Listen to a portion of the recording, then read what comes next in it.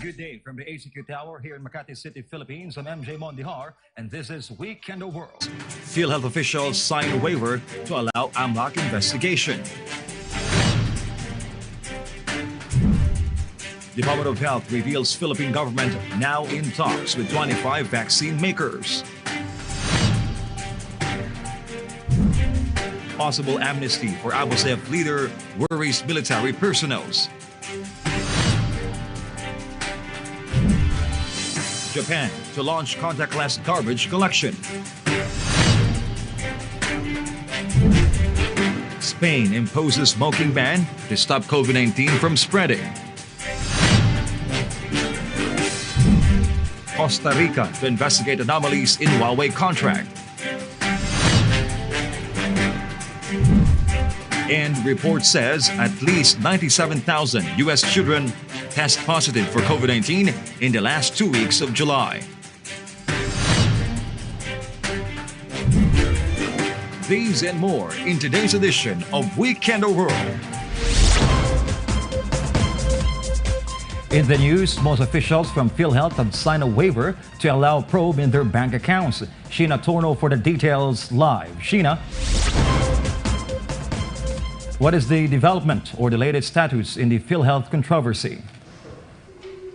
Yes, MJ, according to PhilHealth spokesperson Shirley Domingo, most of their executive members have already signed a waiver to allow the Anti-Money Laundering Council to conduct investigations in their bank accounts.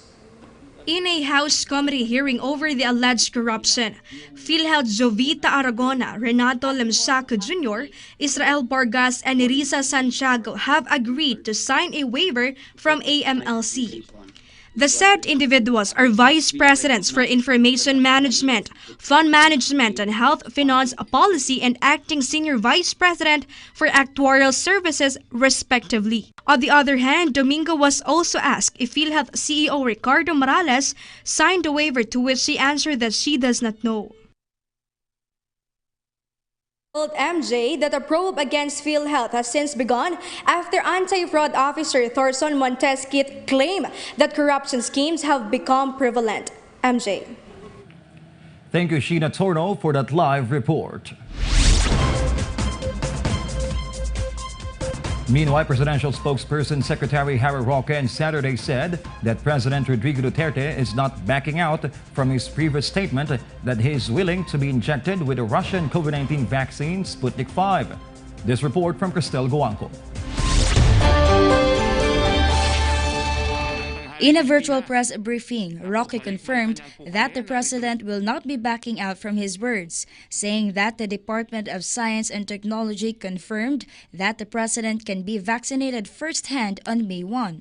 Malacanang Palace clarified that the president could only be injected with Sputnik V vaccine as early as May 1, provided that it's approved by the Food and Drug Administration. President Duterte's vaccination will only take place after the third phase of clinical trials, which will be done in both Moscow and Manila, said Roque. To recall, President Duterte on Monday said that he is willing to be the first Filipino to receive the Sputnik V vaccine and have himself injected with it in public. The president said that he is willing to risk his life after accepting Russia's vaccine offer, amid growing international concerns and criticisms over the vaccine's effectiveness and safety. Russia named its vaccine as Sputnik V in reference to the world's first satellite, and that Russia sees it as a success at becoming the first country to approve a vaccine against COVID-19. Meanwhile, both Russia and the World Health Organization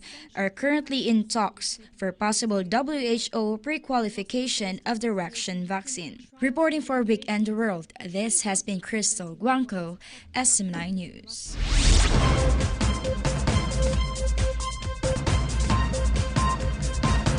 The task force formed by President Rodrigo Duterte to investigate allegation of corruption in PhilHealth has begun making lifestyle checks, including the net worth and assets of former and current officials of the state insured. The Department of Justice confirmed on Saturday. Hannah Jane Sancho reports.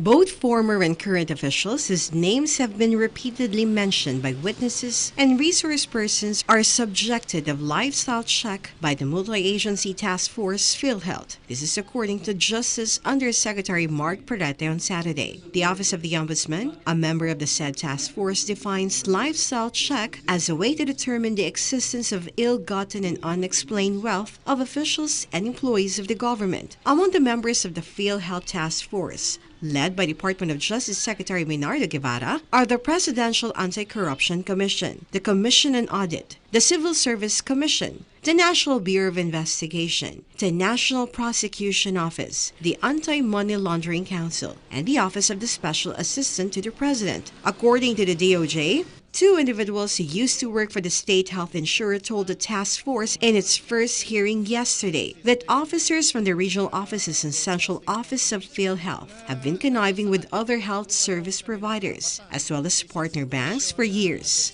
The resource person also cited abuses and flaws in the agency's legal department and IT or information technology offices, which they believe paved the way for alleged schemes such as fraudulent claims against the corporation, exploitation by some personalities of the case rate system, and malversation of premiums. The Senate and House of Representatives are also conducting their own investigations into new allegations lodged against PhilHealth, including the widespread corruptions and inefficiencies, which allegedly involve some of its top officials.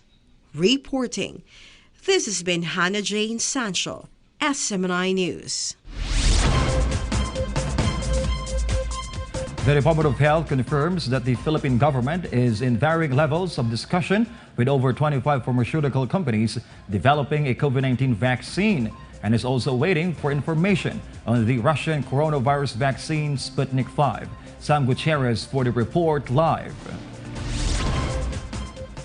Sam, what is the latest development in the country's search for COVID-19 vaccine for Filipinos?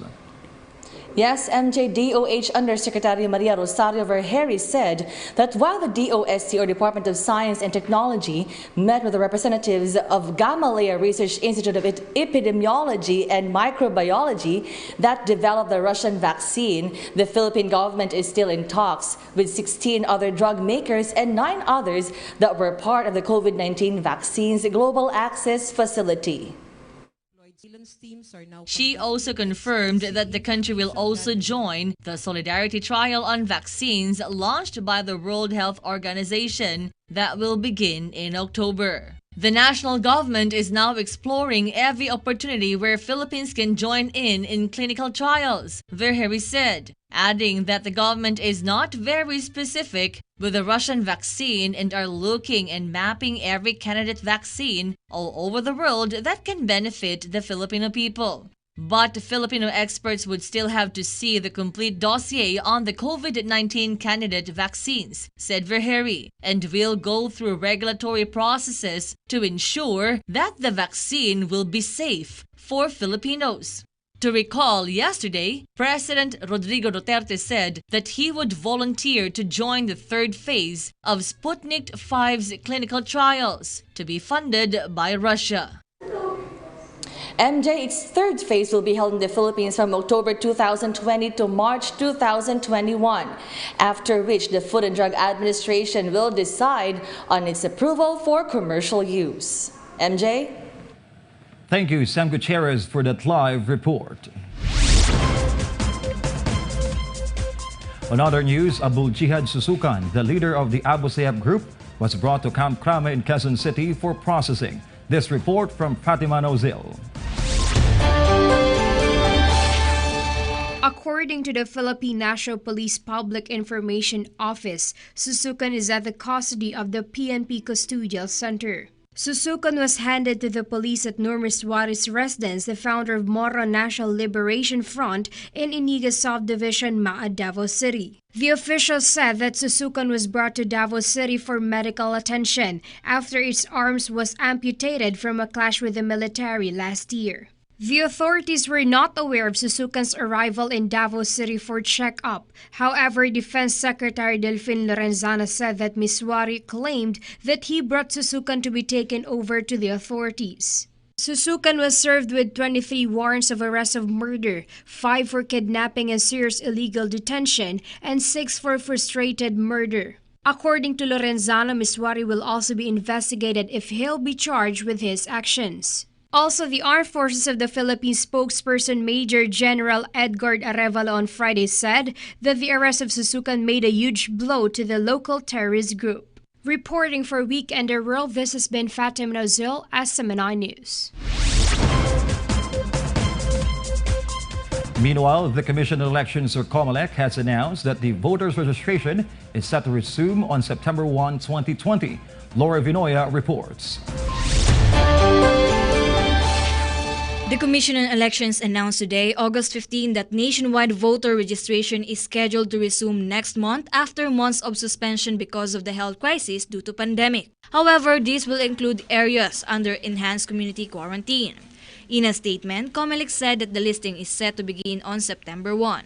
Application forms can be downloaded from the government's website, which after filling up can be submitted from Tuesday to Saturday from 8 a.m. to 3 p.m. at the office of the election officer. However, the public is being advised to bring their own pens and not to sign the fill-up forms, for it should be done with the presence of an election officers. Safety measures will also be imposed, such as wearing of face mask and face shield, together with a form asking people to share their travel history and recent health condition. People with symptoms of COVID-19 will not be granted entrance to the office and will be advised to seek medical help, according to the Commission. An express lane will also be provided for elderlies, pregnant women, and persons with disabilities.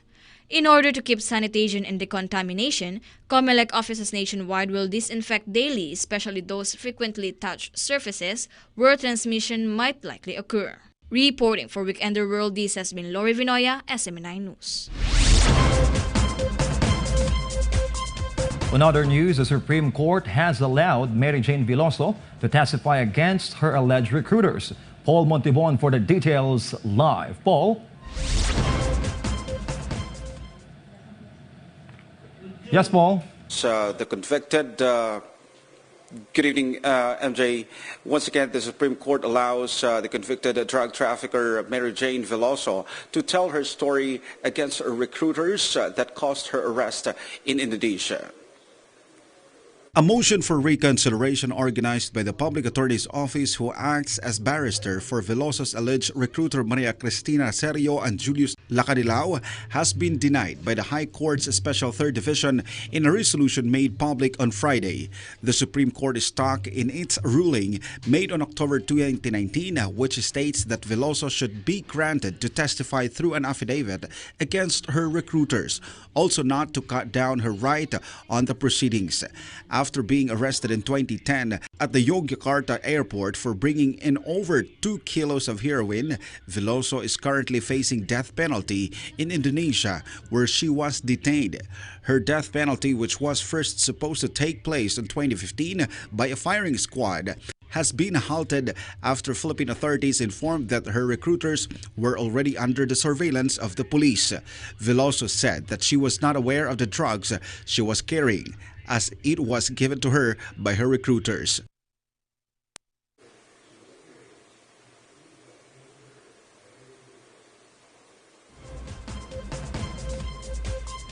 Is the reaction of those groups supporting Mary Jane Veloso with this latest development?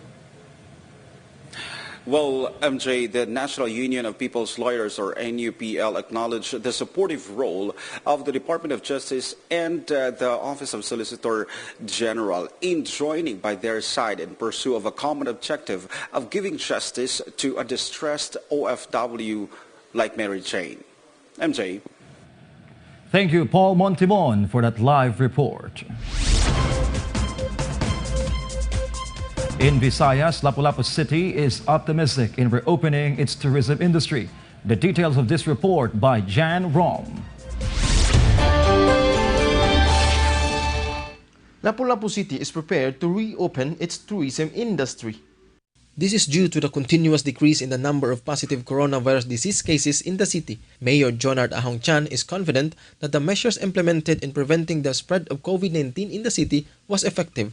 According to Chan, they have strengthened the implementation of health protocols and contact tracing to immediately accommodate positive COVID-19 cases in respective isolation facilities. Though the city will start reopening tourism on the domestic side to gradually revive the hospitality industry. Hence, Lapu-Lapu City Tourism, Cultural and Historical Affairs Commission or TCHAC is now visiting hotels and resorts to check their preparations on safety and wellness protocols for the safety of the tourist. In fact, members of the TCHAC have visited around 9 hotels to attest their preparations once tourism in the city reopens.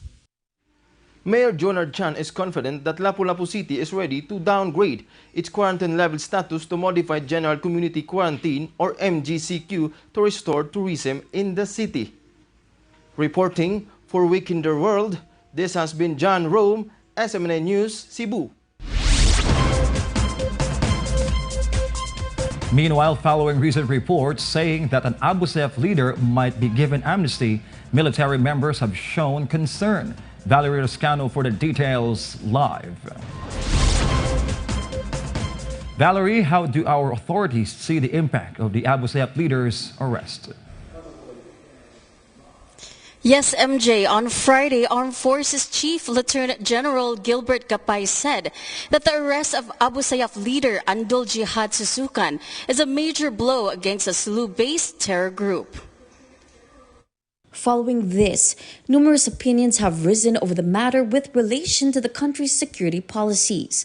On Thursday, the police arrested Susukan at Muswari's residence. According to the Moro National Liberation Front founding chair Nur Muswari, he brought him to the city so that he could get a prosthetic replacement for his left arm. On the other hand, Gapay claimed that he was not aware of the Abu Sayyaf leader's trip to Davao. In connection with this, Davao City Mayor Sara Duterte Carpio claimed that the city officials knew that Susukan will enter the city. For now, further actions are still unclear if the amnesty for Susukan will pursue. MJ. That's Valerie Toscano reporting live from Davao City. Up next, international news gathered by our SMNI News correspondents all over the globe, only here at Week in the World.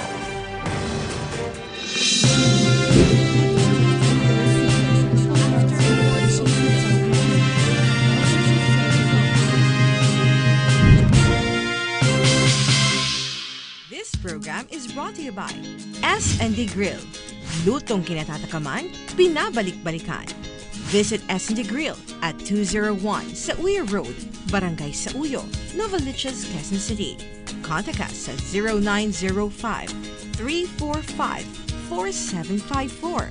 You can also visit S&D Grill at 361 DTI Main Building, Basement, Hilpuyat Avenue, Buendia, Makati City. Or contact us at 0926-114-8108. Tired of wasting your time in long drives? Do you want a short, convenient, but safe trip? We can make your wish come true with Apollo Air.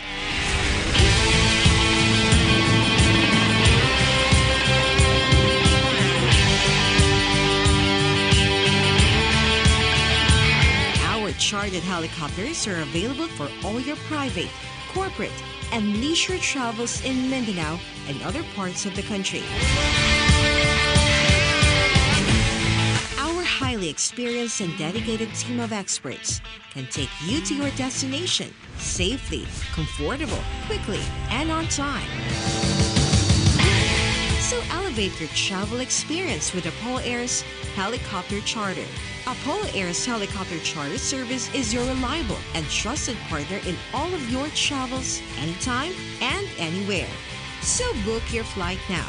For more information, visit our website at www.apolloair.ph or email us at info@apolloair.ph or contact us at 0917-139-8076 or 0977-830-0425. Call us at 322-6295. We are looking forward to be flying with you. Apollo Air Helicopter Charter Service.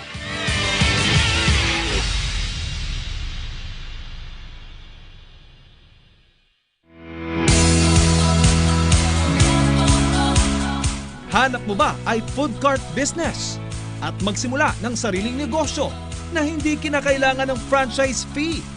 Mura at abot kayang halaga. Narito ang S&D Food Carts para sa iyo. Ang S&D Food Carts ay gumagawa at nagsusupply ng mga mura at abot kayang halaga ng mga food stalls, bike carts, motor carts, kiosk, food van, mall carts, display racks, tables, chairs at iba't ibang wood and metal products. Subok na matibay, maaasahan at mapagkakatiwalaan. Ang S&D Food Carts pwede ninyong lapitan.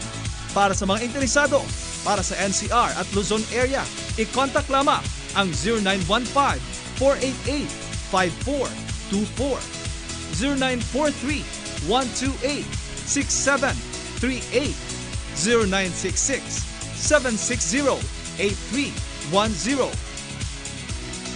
Para naman sa Mindanao area, i-contact lamang ang 0966-758-5986, 0926-680-7599.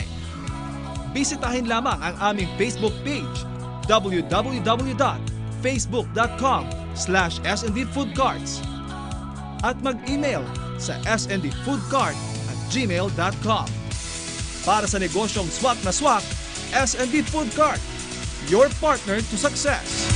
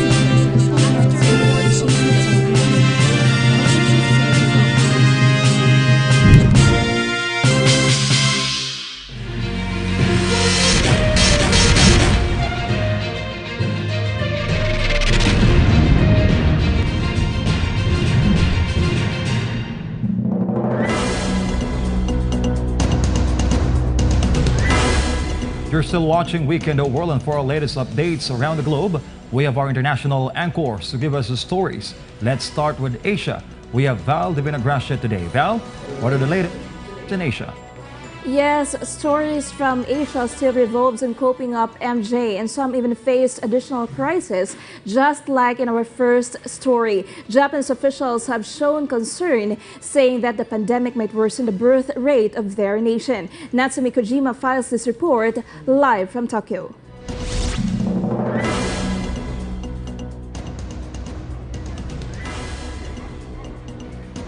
Well, Natsumi, what did the Japanese government found out as the reason behind the worsening birth rate of the country? Declining birth rate in Japan called in COVID-19's influence in the nation's birth rate an emergency. Currently, Japan is one of the nations with the largest age society, having 28.41% elderly among the population for 2019. On the other hand, the number of newborns last year has dropped below 900,000, which has imposed threat to the country's soaring social security spending. In a statement, Matsuyama said that the pandemic might dramatically affect the number of newborns next year below 700,000 due to the pandemic. In Japan's history, the fertility rate dropped in 1996 due to a superstition that girls born in the Hinoi-Uma year every 60 years develop fiery tempers, which might lead to them killing their husbands in the future. Since then, the government has prepared measures in order to counter the declining birth rate through nursery schools and other campaigns. The rate has slightly recovered in 2015 but has declined for the fourth year in a row in 2019. A move proposed by Matsuyama is providing 1 million yen for every child born. Meanwhile, a professor at Tokyo's Keio University, Makiko Nakamura, said that the government must focus on the budget allocated for education. Val? Thank you, Natsumi, for that live report. Meanwhile, Japanese officials have announced a move to launch contactless garbage collection systems. Guy Saito for the details. The Environment Minister of Japan said that they will begin the campaign of contactless garbage collection system. According to the minister's officials, garbage trucks will be equipped with lifting apparatus such as rear loaders, which will be similar to other countries. Fundings for the research and development of the project will be included in the minister's budget expenditure next year. Recently, concerns have been arising over the protection of garbage collectors, especially amid the deadly virus outbreak. In the end, a ministry official said that they want to consider a hygienic arrangement during this time of uncertain future. Ijo, Kai Saito Nihon kara hokuku itashimashita. SMNA News, Japan. A financial services company in Japan has decided to support affected students in the midst of uncertainty. Kent Hashimoto tells us more. The Mitsubishi UFJ Financial Group Incorporated has decided to donate 400 million yen to help Southeast Asian students in Japan.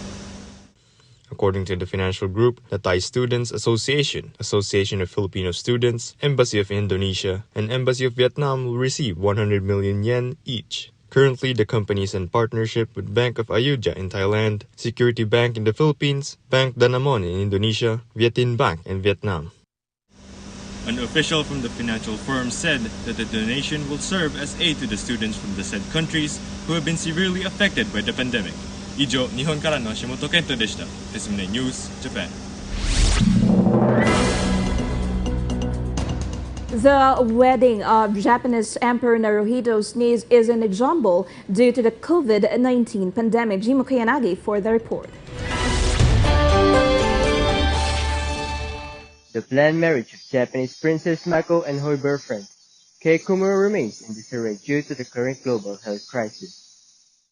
Since 2017, the marriage of Mako and Komuro has been announced in their university days. It can be recalled that the couple's wedding was originally scheduled in 2018, but was delayed due to circumstances over Komuro's educational expenses.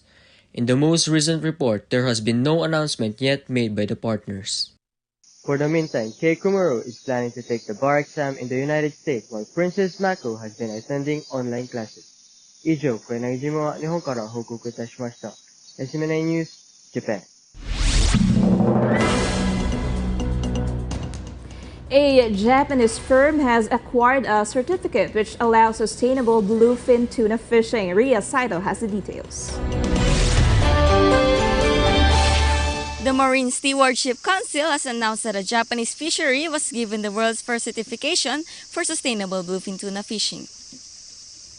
The Council's Bluefish label certifies that Usufuko Honten Company in Kensenuma, Miyagi Prefecture takes full measures to ensure that the endangered bluefin tuna is sustainably sourced. In Japan, the fish is popularly used in sushi and sashimi. Due to conservation campaigns, the population of bluefin tuna has been recovering in the eastern Atlantic Ocean. The certificate assures that the fisheries activities related with the bluefin tuna meet global standards. Ijo Nihon kara Saito Ria News o tsutai shimashita. SMNI News, Japan.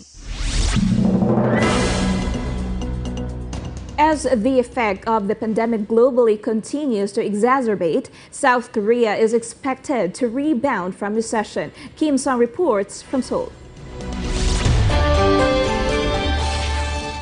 As nations across the globe experience economic recession, a finance minister in South Korea believes that the nation will soon rebound from recession. As of the latest standing, South Korea's economy contracted 3.3% in the second quarter from the previous 3 months. On the other hand, exports from the nation have fallen while consumption has significantly gained momentum. Currently, the ministry is standing firm with its prediction of a 0.1% growth, according to Finance Minister Hong Nam-ki. Among nations, South Korea has controlled the outbreak, but officials have been on alert due to cases doubling to more than 100 on Friday. In the end, the ministry said that they are not considering a fourth extra budget for this year. Seoul is Sobogo Kim Sang, Imnida SMNI News, South Korea. Meanwhile, the Malaysian court sentenced an Indian national to jail after violating a home quarantine order that leads to dozens of fresh COVID-19 infections. Jessica Lynn Henry for the details, live in Kuala Lumpur.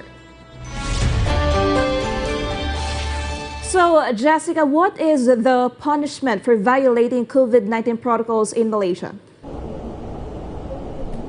Yes, Val, according to reports, 57-year-old Indian national Nizam Muhammad Sabo Bacha was sentenced to jail for 5 months and was also fined 12,000 Malaysian ringgit by the Al-Awsar Magistrate Court for violating COVID-19 protocols. The Indian national is also a restaurant owner who resides in the northern state of Kedah, Malaysia, and pleaded guilty for 4 charges of violating a mandated 2-week home quarantine order after his return from India in July. According to authorities, Neza initially tested negative for COVID-19 and had left his home during isolation period to visit his restaurant. But Neza's second test came back as positive, and his family members, as well as dozens of other people such as restaurant workers and customers, were found to have been infected, according to reports. A total of 45 cases linked to the said cluster has since been reported in 3 Malaysian states. These are Kedah, Perlis and Penang.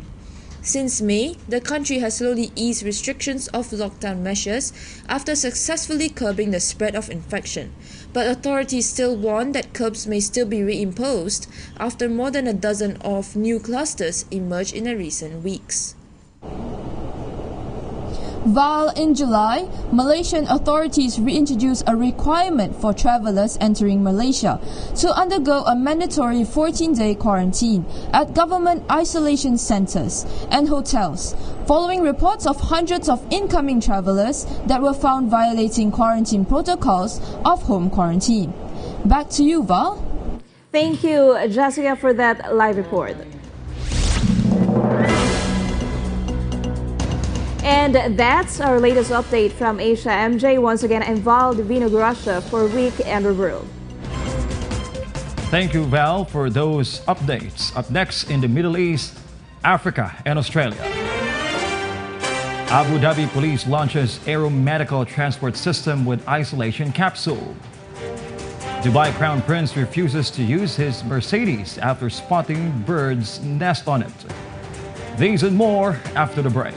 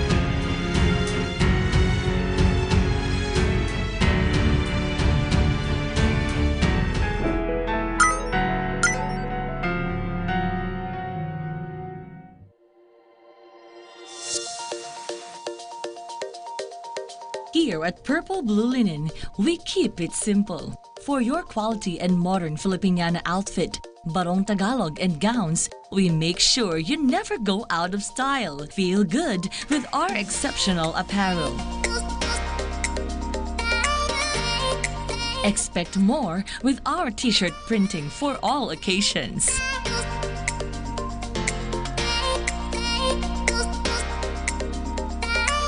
For quality that never goes out of style, choose Purple Blue Linen. For inquiries, contact Purple Blue Linen at 0995-403-3513 and 0915-137-4087.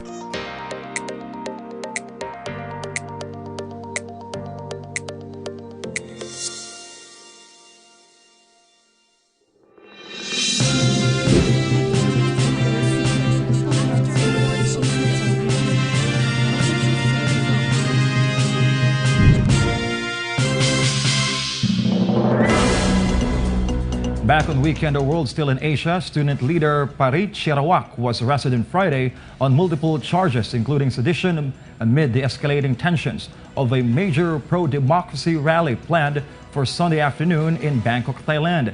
Anissa de Guzman for the report live in Bangkok. Anissa. MJ, Thammasat University student Parit Shirawak's arrest happened at Muang Thong Thani as he prepared to join in an anti-government demonstration in Nonthaburi. After Thai police official read out the arrest warrant, 4 officers in plainclothes picked the student leader up by the arms and legs to carry him in an unmarked vehicle after he refused to go. Dozens of people in the scene used their phones to take pictures and videos that went viral on Twitter, where the hashtag #SaveParit started trending with over 1.6 million tweets. Parit was taken to the Samranrat police station, where he will be facing charges including sedition, assault and violation of health protocols on mass gatherings amid pandemic. Dozens of his supporters gathered outside of the said station to demand for his release. Parit, also known by his nickname Penguin, is also reported to be facing lèse majesty charges, though it was not included in the charge sheet on Friday. Meanwhile, the groups Free Youth and Free People immediately issued a statement to demand Parit's release, saying that the Thai police forces action underlined the intention of the authorities to intimidate the critics of the government. MJ? Anissa, how do youth groups and other organizations in Thailand plan to help the arrested student leader? Well, MJ, some individuals and other groups here in Thailand, including Thammasat University, offered to help Parit in seeking his bail. MJ? That's Anissa de Guzman reporting live on Real Time from Bangkok, Thailand. Still in Asia, amid COVID-19 pandemic, more than 50 elders in Laos will receive care packages from volunteers. This report. Sabaydi, more than 50 elders within Richmond Laotian refugee community will receive a handmade care package from volunteers this Sunday, August 16, 2020. This is to remind them that even though the virus left them isolated, someone still cares for their needs. The care package consists of a bowl of noodles, bottles of hand sanitizers, and handwritten postcards. The giving of packages is done in line with the Rice and Water Festival, an annual Laotian community celebration hosted by the Asian Pacific Environment Network, or APEN, an Oakland-based nonprofit organization. In addition, APEN's Richmond Organizing Director Megan Zapanta said that the volunteers of her team devote their time in political education and protest. Witnessing the situation of the elders in Richmond Laotian refugee community who has been hit hard by the COVID-19 crisis, Zapanta felt the need to help. Rather than doing a live stream virtual event, she and the younger APN members put together with the care packages for these Laotian elders. Sari Tatpaporn, another APN member and a part of Richmond's Laotian community, said that he wants the elder people of the said community to feel cared for and needed. Thus, he did not hesitate to help amid the pandemic. Butlayan Common Yiven Jem Patet Lao Common Laikan, Mek Vang Siong, SMNI News, Lao. Tech giant company Google will permanently stop responding directly to Hong Kong authorities when it comes to data requests, treating the city effectively the same as mainland China in such transactions. Nang Hing Lung files this report live from Kennedy Town. Nang, is this related to the newly imposed national security law in Hong Kong? And what is Hong Kong's reaction on this move? Yes, about. Google's move comes in the wake of mainland China's imposition of the national security law. This means that user data requests from Hong Kong Chief Executive Carrie Lam's administration will be subjected to the same process of requests from Beijing. In a statement to a news media, a spokesman for the Hong Kong police said that they will continue to request information on cooperation from relevant organizations, including service providers, to assist with the investigations, and will comply under the law and establish privacy guidelines. Google first notified the Hong Kong police on Thursday that it would instead direct the officials to pursue any request for data through mutual legal assistance treaty with the United States. The said treaty is a lengthy process in which requests through the U.S. Justice Department can take weeks or even months. Aside from Google, other tech giants including Twitter, Facebook, and Telegram suspended responding to user request data from the government of Hong Kong in July, or after the passing of the national security law on June 30. Under the new national security law, people who aid or protect suspects that are accused of violating it or refusing to comply with authorities on requests related to national security can also face arrest. Google is among the U.S. tech firms with staff based in Hong Kong. It is also reportedly the first tech giant company to make its suspension a permanent arrangement. MJ? That's Nang Hing Lung reporting live from Hong Kong, China. And to give us the updates in the Middle East, Africa, and Australia, Angel Pastor will give us the news live. Angel? Yes, MJ, despite taking the lead and flattening the curve of COVID-19 infections, other countries continue to reopen their economy, but others are closing their doors once again as cases surge in many parts of the country. To start with, in the Middle East, patients suffering from infectious diseases in the Emirate of Abu Dhabi will now be secured inside an isolation capsule before being airlifted for treatment. Here's the news from Renel Reyes. Abu Dhabi police launched an aeromedical transport with an isolation capsule to carry patients suffering from infectious disease like COVID-19.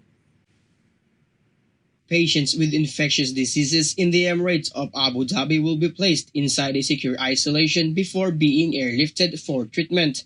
According to the aviation department, the isolation was designed to transport patients by an air ambulance. This would also help limit the exposure of paramedics and security officials working as frontline workers amidst the pandemic. Meanwhile, this would also ease the travel for patients needed to undergo treatment between different health facilities. To recall, Dubai Ambulance Corporation also introduced before a negative pressure isolation capsule called Epi Shuttle to transfer COVID-19 patients with severe symptoms to hospital.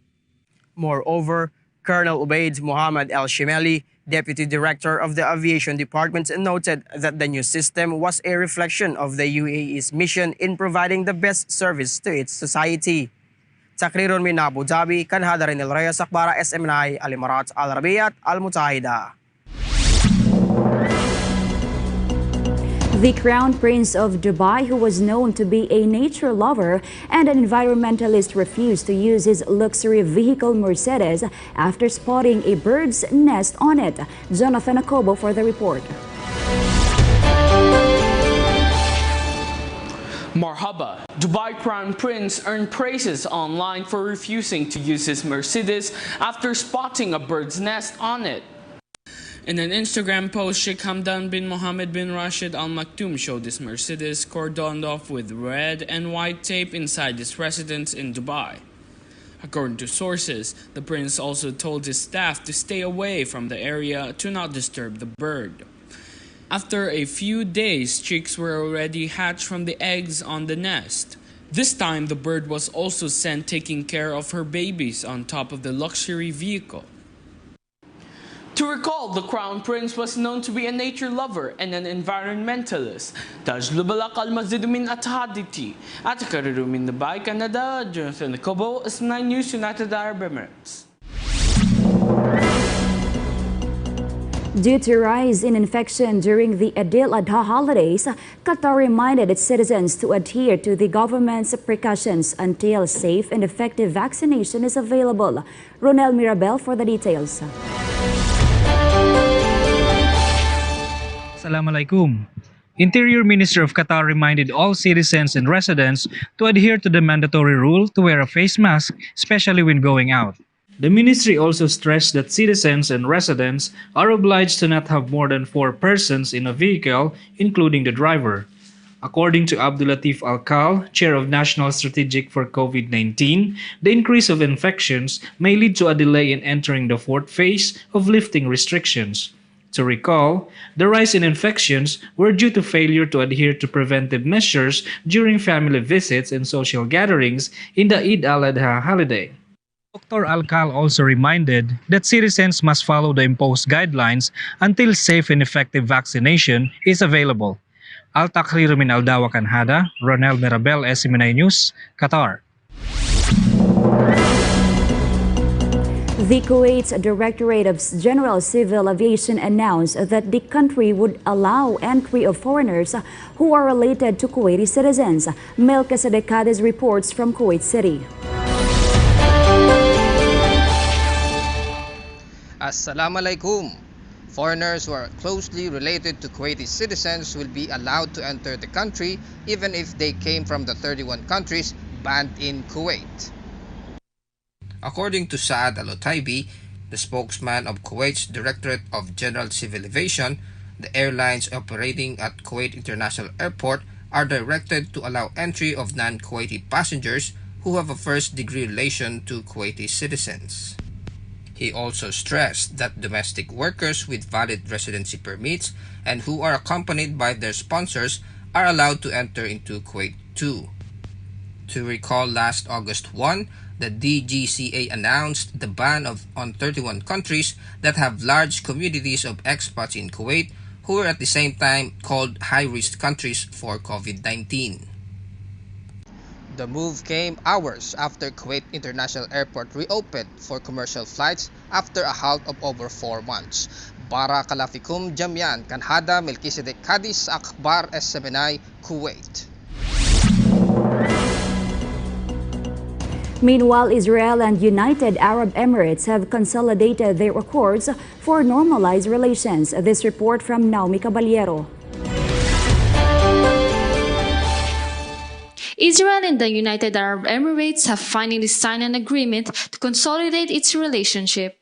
It was confirmed by a Twitter post of President Donald Trump. Trump cited this will lead to the establishment of diplomatic accords of the 2 Middle Eastern nations. Also stated in the agreement the commitment of Israel to not extend sovereignty over used swaths of the West Bank. To recall, Israeli Prime Minister Benjamin Netanyahu had initially planned to annex the said area. Meanwhile, the said agreement is the very first peace treaty of accords between an Arab state and Israel since 1994 peace treaty with Jordan. Sofash naim lekulam, medavachat mirushalayim, Sotaita Naomi Caballero, SM9 News, Israel. Israel's largest bank records profit losses of at least 1.13 billion shekels due to COVID-19. This report from Shimol Eden.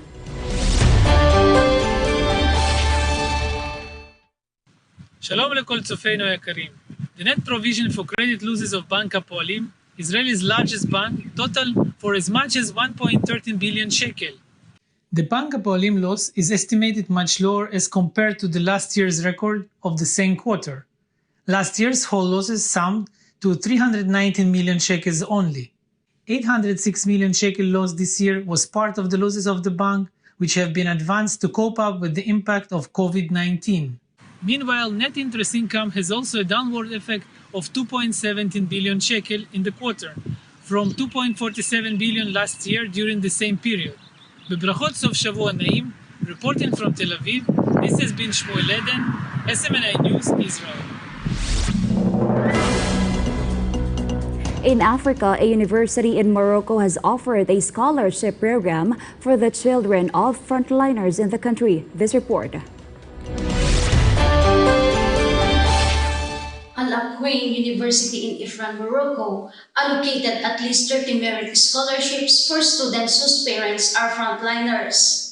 This would benefit students with one or both parents working in the fields of health, education, and public authority. In a press release, Abdesamad Fatmi, the Dean of Student Affairs at the university, said the program is in line with the momentum of national mobilization and solidarity observed in the management of COVID-19 pandemic and in recognition of considerable efforts made by the frontliners. Fatmi added that beyond their responsibilities, they should not be forgotten for what they offer and required to make enormous sacrifices so that their children reach levels of academic excellence and build a promising future. For those interested students, application is open until September 4 on Al-Aqwain University's website.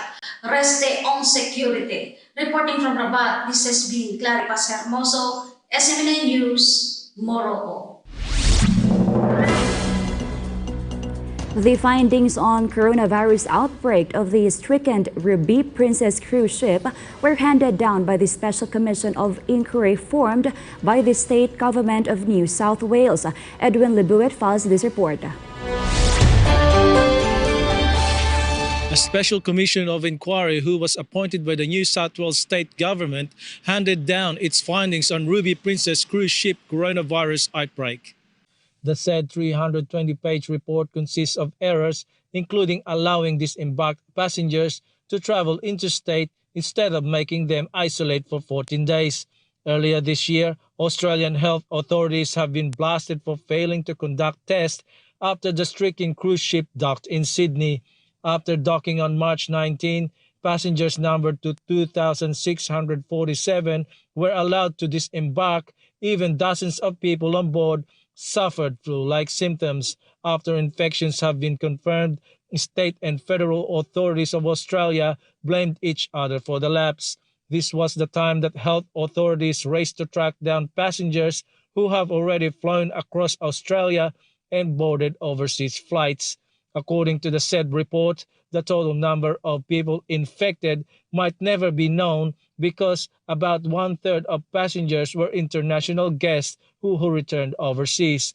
On the other hand, Princess Cruises said in a statement that none of their employees misled public authorities involved in Ruby Princess being permitted to disembark guests. However, they will take time to consider the said findings and will make no further comments because of ongoing legal proceedings. This has been Edwin Lebuet, SMNA News, Australia.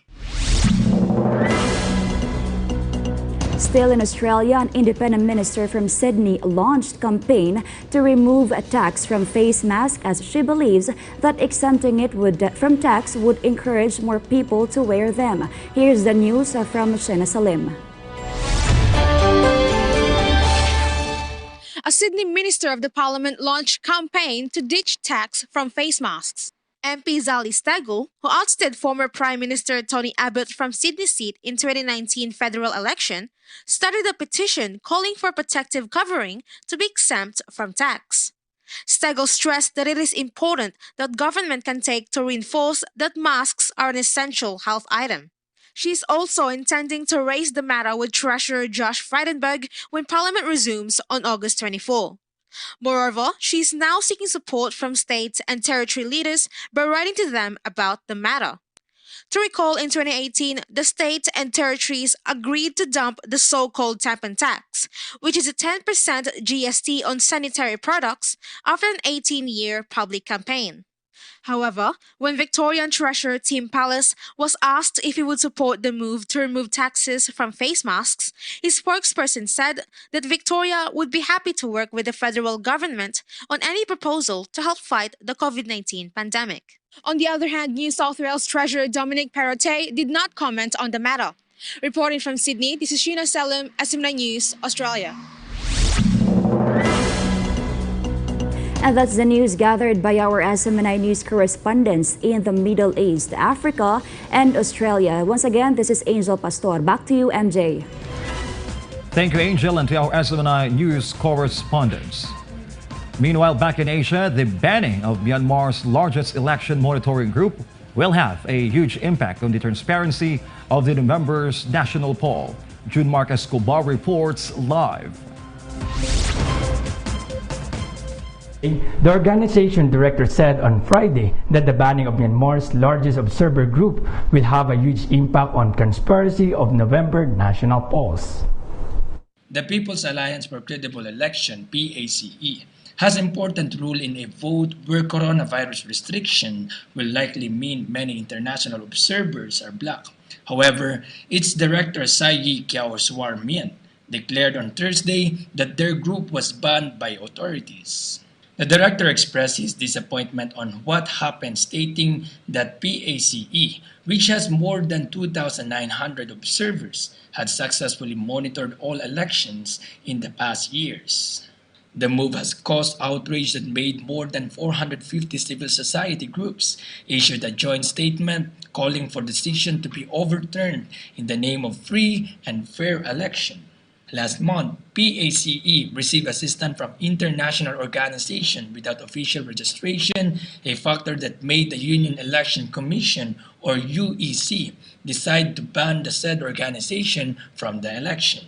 Min defended that his group is open for funding and that receiving foreign money was legal. He said that the government had put bureaucratic obstacles in its way to prevent it from registering. Mark June, how important is a reliable election commission in Myanmar's democracy? MJ? He also said that running a real respectable democracy is impossible without a reliable election commission, questioning the impartiality of the UEC, whose members under Myanmar's constitution are entirely selected by the ruling party. Back to you, MJ. That's Mark June Escobar reporting live from Myanmar. Up next are the latest happenings in Europe. First, Sweden to conduct further study on the effectiveness of face masks versus COVID-19. Russian government says forces are trying to destabilize Belarus. And Spain imposes smoking ban to stop COVID-19 from spreading. These and more updates coming your way after the break.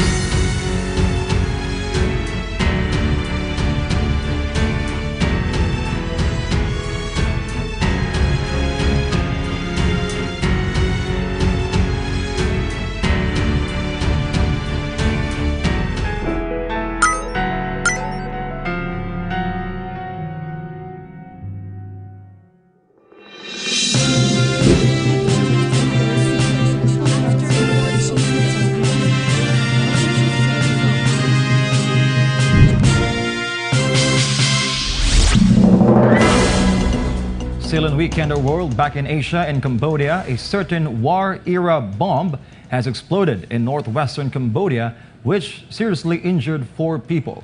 Shenda Bopatevi for the report. Chunit-suniting ako niya. 4 people were left injured after an old unexploded bomb blew up in Velbeng District, Pursat Province. The National Police noted that this resulted after the victims ages 10 to 22 years old found the unknown bomb in a nearby forest and brought it home. It is reported that the 4 people played and hurled the bomb several times, which caused it to explode. The victims had been rushed to Pursat Provincial Referral Hospital for further medication. The police added that the bomb was one of the remnants of war of 1960s and late 1998 due to a regional and internal conflict. As estimated, around 4 to 6 million landmines and unexploded ordnance were left over for 3 decades. The government also reported that since 1979 to June 2020, 19,789 people were killed and 45,102 were injured due to landmine and UXO explosions in the country. The Vice President of the Cambodian Mine Action and Victim Assistance Authority, Lee Touch, stressed that by 2025, the Southeast Asian nation committed to remove all types of landmines and UXOs in the country, which needs a budget worth $377 million. Rika Peristini ng Pen, Chenda Bopatevi, Poramin Examinay, Kampuchea. According to the acting health minister, Vietnam plans to buy 50 of 150 million doses of COVID-19 Russian vaccine. This report. Sin Xiao, Nguyen Tan Long, acting Minister of Health in Vietnam, confirms on Friday that the National Steering Committee for COVID-19 Prevention and Control meeting that the country plans to purchase the COVID-19 vaccines made in Russia. The acting minister said the country plans to get 50 to 150 million doses of the said vaccine. However, the information date of the delivery is not yet announced. On the other hand, the participants of the meeting noted that the purchasing of the vaccine doesn't mean the country will stop developing its own vaccine. In fact, 2 of its prototypes created by local companies will be delivered to the United States for clinical testing soon. In addition, Russia on August 11 registered the world's first COVID-19 vaccine called Sputnik V. The vaccine was developed by Gamaleya National Research Center for Epidemiology and Microbiology, and its clinical trials were successfully completed in the month of June to July. Some other drugs were created on the platform, which is basis for Russia coronavirus vaccine. Dunay Duc Bacau, Jonas Escobar, as MNN News, Vietnam. At this point, we have our SMNI Europe correspondent. Ina Mortel will give us the updates. Ina. MJ, a surge in COVID-19 cases are disrupting the peak summer vacation season across much of Europe, where some countries have imposed restrictions on travelers. And in related story, the United Kingdom plans to add France to its list of quarantine countries. Karen Value for the news. Starting on Saturday, people coming to the UK from France and the Netherlands will need to undergo a mandatory quarantine for 14 days. Transport Secretary Grant Shapps said that this will take effect from 0400 hours British Standard Time, adding that this measure was essential to keep the coronavirus infections low. In response, France warned that the UK decision might lead to reciprocal measures. It has been described by Airlines UK as another devastating blow to the travel industry, already reeling from the worst crisis in its history. A rush of travelers to airports and ports desperate to avoid the quarantine were to be expected, as it is thought that up to 500,000 of UK tourists were in France. Reporting from London, this has been Karen Vallier, SMNI News, United Kingdom. Meanwhile, Sweden health authorities said that it will continue to conduct studies on the effectiveness of wearing face masks to prevent contracting the virus, despite the fact that it is the lone country in Europe that is not requiring its citizens to wear face coverings or mouth protection. Kirby Hill Trinidad for the report. While Sweden remains the only nation in Europe which does not have any mouth protection recommended to its citizens to be protected against the coronavirus pandemic, the Swedish Public Health Agency said that it is still waiting for a clear scientific evidence of the effects of wearing face masks to avoid contracting the virus.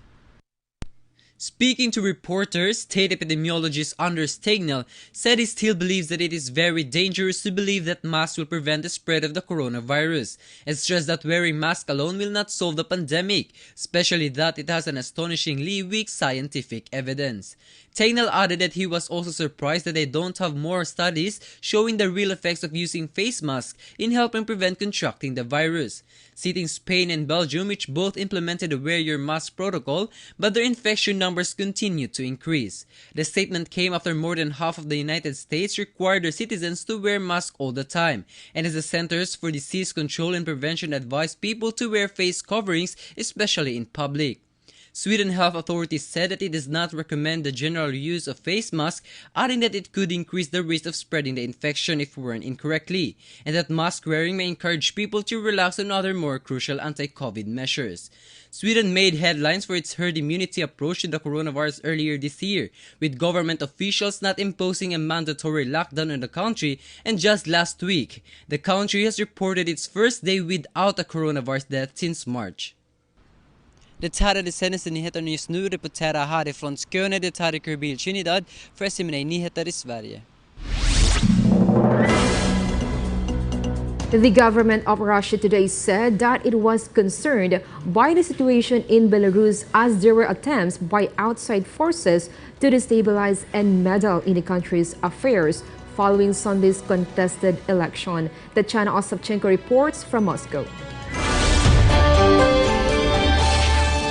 Belarus earlier began releasing thousands of people that were detained in a crackdown by its president Alexander Lukashenko that has prompted the European Union to consider imposing sanctions. Russian Foreign Ministry spokeswoman Maria Zakharova in a press briefing said that the government noted the unprecedented pressure that is being exerted by individual foreign partners on the authorities of Belarus. According to the spokeswoman, the government can see clear attempts of outside meddling in the internal affairs of Belarus to create a rift in society and destabilize the situation. To recall, thousands of people formed in human chains marched in the streets of Minsk, Belarus for a fifth consecutive day of protest against Belarusian President Lukashenko, whom they accused of rigging the presidential election to extend his rule. President Lukashenko has been ruling Belarus for 26 years. Lukashenko also alleged that the foreign bucket scheme is planning to destabilize Belarus. С вами была Татьяна Остапченко, новости СМНА Россия. Ukrainian President Volodymyr Zelensky said that the list of detainees in East Ukraine has already handed a list of detainees that could potentially be exchanged to the Organization for Security and Cooperation in Europe. Reina Arpon files this report from Kyiv. The held persons exchange will be held during the next meeting of the Territorial Contact Group, TCG, for the peaceful settlement of the situation in East Ukraine, to be held on August 18 in Minsk, Zelensky said. We have already handed a new list to the OSCE. The OSCE confirmed our exchange list. There are announced 100 people there. We expect the other side also to provide their agreed list, he noted. He also added that the OSCE will determine when the exchange can be technically carried out. The upcoming exchange came as part of an agreement made last year during the Normandy Force Summit of the Ukrainian, Russian, German, and French leaders held in Paris in December. This is the fourth prisoner exchange since Zelensky became the president. The aims of prisoner exchange is to end a 6-year conflict in East Ukraine, which was taken more than 13,000 lives and left 30,000 injured. З вами була Рейна Арпон. Новини СМНА Україна. Smoking on streets and restaurant terraces were banned as social distancing doesn't seem to have effects. Here's the news from Lizette de Guzman.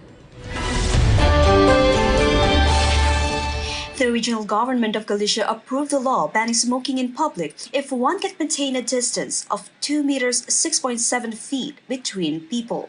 Experts have warned the administration that smoking without any restrictions, including on a terrace without any limitations with people nearby, or in crowded places without any social distancing, represents a higher risk of infection. According to the World Health Organization, tobacco users are likely to be more vulnerable to being infected by the virus and could increase the possibility of transmission of the disease since it involves contact of fingers with lips. Other regions in Spain were also considering similar smoking restrictions. Also, bars and nightclubs were ordered to close and limit people who can enter shops at the same time. Galicia has one of the lowest rate of spread of the virus in Spain, with 30 cases per 100,000 inhabitants. As of today, the country has recorded almost 330,000 cases and 28,579 deaths. Trayendo las últimas noticias actuales desde aquí, Estefiro Vicente Guzmán, SMNI News, Spain. MJ, that's the latest developments in Europe. Our SMNI Europe News team will keep you updated. Once again, I'm Ina Martel. Back to you, MJ. Thanks, Ina, and to our SMNI Europe correspondents. Up next in South and Central America. Brazil President Jair Bolsonaro's approval rating increased due to cash handouts. Bolivian industry records most crisis in 4 decades, and officials are currently negotiating whether to impose a salary reduction on the football players of a university and its officials due to the COVID-19 pandemic. These and more after the break.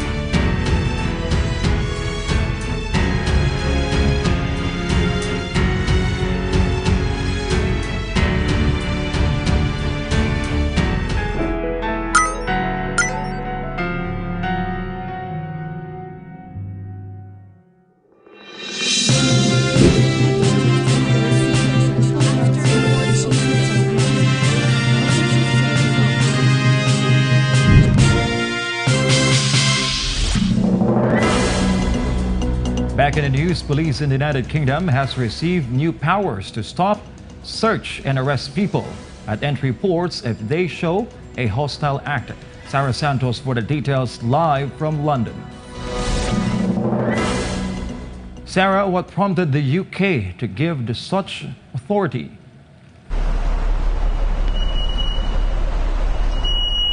Yes, MJ, police were given new powers after 2 Russian security officers who allegedly entered the country using false passports poisoned Sergei Skripal and his daughter Yulia in the English city of Salisbury. According to the Interior Minister Priti Patel on Thursday, the threat posed to the UK from hostile state activity is growing and ever-changing. He added, these new powers send a very clear message to those involved in it that this government has zero tolerance for those acting against British interests. He said that he is clear and that more is needed to be done, and they are developing new legislation to bring our laws up to date and create new ones to stay ahead of the threat. The attempted murder of Skripal has sparked anger in London and other Western capitals that led to a series of diplomatic impulse revenge. MJ, diplomatic ties between London and Moscow have been fraught since 2006, when Vladimir Putin has been blamed for the radiation poisoning of former KGB agent Alexander Litvinenko in the British capital. MJ? That's Sarah Santos reporting live from London. To continue our latest updates around the globe, let's hear from Crystal Guanco from SMNI South in Central America. MJ, the growth of infections in Latin America is still unfaltering. It only took 11 days for the region's cases to climb from 5 million to 6 million. The Pan American Health Organization also warned an increase of other diseases this month due to the saturation of health services and the suspension of routine vaccination campaigns. And to know more about the situation in Latin America, let's review other news. First in the headlines, the approval rating of Brazilian President Jair Bolsonaro jumped to the highest level since the start of his term. To know more about this, here's Chris Aklo for the details. A public opinion poll here in Brazil bared that the approval rating of Brazil President Jair Bolsonaro reached the highest level since the start of his term amid increased government spending to fight COVID-19 pandemic. According to data Folha survey published in Folha de Sao Paulo, the Brazilian president was rated good or great by 37% of respondents, up from 32% in June, while his disapproval rating tumbled 10% points to 34% during the same period. On the other hand, President Bolsonaro's approval rate rose by 6 percentage points, while his rejection rate tumbled down to 35% from 52% in the country's northeast, which is a stronghold of left-wing political parties. While in Brazil, Bolsonaro's approval rose by 7% and rejection fell to 39% from 47%. Brazil is the most populous region and is home to states including São Paulo and Rio de Janeiro. The said survey comes as President Bolsonaro's administration boosts spending by billions of dollars, focusing on popular stipends for informal workers. Brazil is one of the countries in the world facing the brunt of COVID-19 pandemic. It can be remembered that the economists credited Brazil's stimulus for sustaining some demand and preventing larger economic recession this year. Eu sou Chris Aklo, reportando de Brasília, SC4AO SMNI News, Brazil. Brazil's Amazon has seen the worst start of the fire season for 10 years, with over 10,136 fires spotted in the first 10 days of August, which is a 17% rise compared to last year, according to the government's data. Isa Elihorde for the report.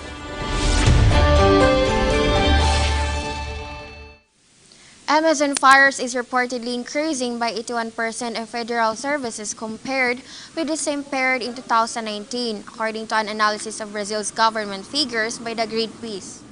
Coming a year after rising Amazon fires caused an international crisis, and the new figures raise concern that the 2020 fire season could be even worse. Greenpeace Brazil senior forest campaigner Romulo Batista said that this is the direct result of the Brazilian government's lack of an environment policy. The numbers are likely to add the rising sense of fear among business leaders and inventors over the negative impact that is caused by the still-going destruction of the Amazon forest. In July, Brazil banned fires for 120 days in the Amazon as well as Pantanal regions, where fires are also blazing. On Tuesday, Brazilian President Jair Bolsonaro claimed reports of the rising numbers of Amazon fires as a lie. Bolsonaro's administration has been unable to control rising fires and deforestation in Amazon despite expensive army operation launched in May called Operation Green Brazil 2, which is headed by Vice President General Hamilton Mourão. The said operation, which involves thousands of Brazilian soldiers, has so far seized 28,100 cubic meters of wood and handed out over 4 million Brazilian real worth of fines. Fires in July were 28 up last year,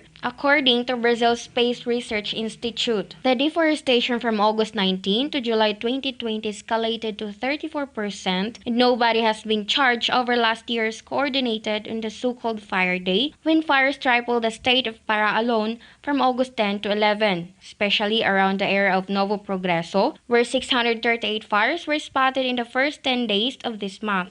Fires during the Amazon dry season are primarily caused by people either clearing a portion of the land or burning felled trees or forests from which valuable woods have already been removed. The meat industry in Brazil is also coming under growing pressure to stop cattle from illegally deforested Amazon forest areas contaminating supply chains. Yesterday, Itaú Unibanco official Candido Bracher said that the Brazilian bank would not finance meat companies that are linked to deforestation of the Amazon. Transmitindo do Amazonas, essa foi Aiza Ilihor, DZMNA News, Brazil. The statue in Rio de Janeiro is getting a deep cleaning as the city prepares to reopen its tourist destinations this Saturday after being closed due to the pandemic. Danilo Arantes for the news.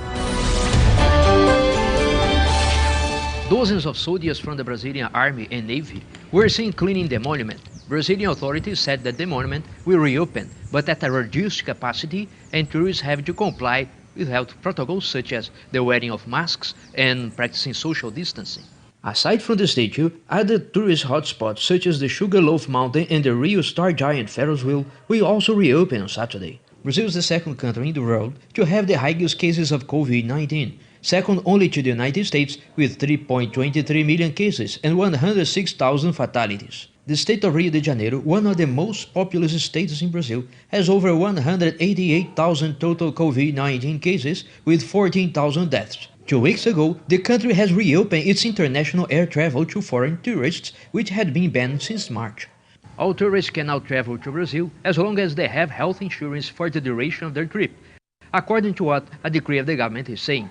Transmitindo do Rio de Janeiro, aqui falou Danilo Arantes, SMN News, Brazil. Meanwhile, Brazil's Agriculture Ministry on Thursday said it will investigate claims of Chinese that its imported chicken products were contaminated with coronavirus. David Lira for the details from Brasilia. Brazil will still clarify reports of Chinese government that the country's imported chicken products tested positive of COVID-19. On Thursday, the southern Chinese city of Shenzhen reported that the frozen wings from Brazil were contaminated with the coronavirus after product sample tested positive. The Chinese government were able to identify the product's origin, as its registration number matched against Brazilian records. The chicken, according to the records, came from the Brazilian meat plant owned by Aurora, Brazil's third largest processor of chicken and pork. However, the company disclosed that they haven't been notified by the Chinese authorities about the alleged contamination, while emphasizing that Aurora Alimentos follows strict sanitary production protocols. The company at the same time assured to provide necessary information once a formal notice will be forwarded to them. On the other hand, Brazil's Ministry of Agriculture asserted it will still evaluate the issue as it is not clear if the contamination occurred during the export process. The ministry also emphasized WHO and UN's Food and Agriculture statement that there is no scientific proof of COVID-19 transmission through food or food packaging yet. The country's products also, according to the ministry, are safe as registered meat plants in Brazil are following strict sanitary procedures. The virus test of other products in the same Brazilian cargo, meanwhile, came back negative, as well as the people who came in contact with the alleged contaminated meat. Last month, Chinese health officials also have detected COVID-19 on imported frozen foods in Dalian, Xiamen, and Pingshan. Traces of coronavirus were also found outside package of Ecuador frozen shrimp included the recent 3 packaging of frozen seafood imported to Yantai. However, experts maintain that a chance of catching COVID-19 from frozen food is slim. Michael Ryan, Executive Director of the World Health Organization's Health Emergencies Program, urged the public not to worry about the findings. Instead, to be cautious of cleaning hands after touching surfaces as a way of best protection. As of Wednesday, 6 Brazilian meat plants were banned from China amid concerns of coronavirus transmission in the industry. Reportando de Brasília, eu sou David Lira e esse foi o SM9 News Brasil. Sao Paulo's governor tested positive of COVID-19 as the state struggles to contain the continuous rise of infections and fatalities. Federico Vaz Villoso files this report. Despite warnings of health experts, the state, which houses 46 million people, began a gradual economic reopening in June.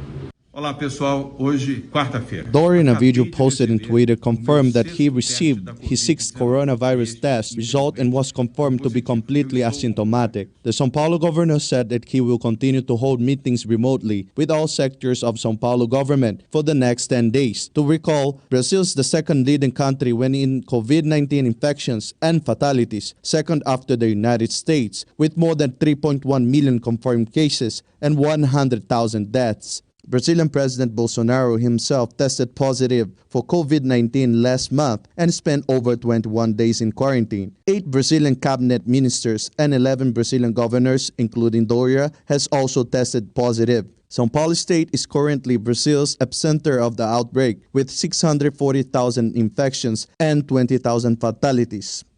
Transmitindo de São Paulo, esse foi Frederico Veloso, SM9 News Brasil. Due to conflicts and pandemic in the country, Bolivia's industry registers its worst crisis in 4 decades. The crisis is so bad that authorities said exporters will take more than 7 years to recover its loss. Jason Andrade for the story. Within 5 months of pandemic that greatly affected the world economy, Bolivia reported that it lost $10 million per day in its industry, and Central Bank of Bolivia anticipates a drop of 6.2% in its GDP.